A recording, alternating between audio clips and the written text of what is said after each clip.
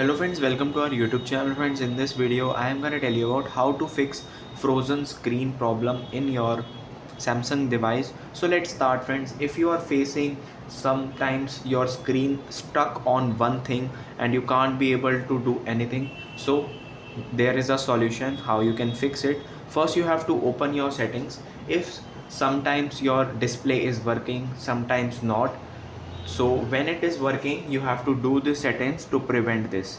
So first you have to open your applications. There are lots of applications are. Click on search and here you have to write Google Play Services. You have to click on storage, clear cache and clear data. Then friends, here you have to write Android settings.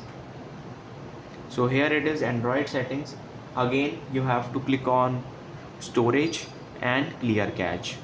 Then friends, you have to do a software update. If there is any update showing, you have to do it and restart your device. And you have to fix your storage issues.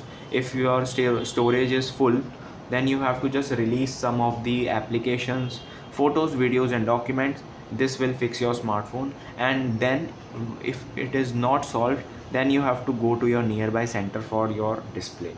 I hope you like this video. If you like this video, then subscribe to our YouTube channel for more helpful tips and tricks videos. See you next time.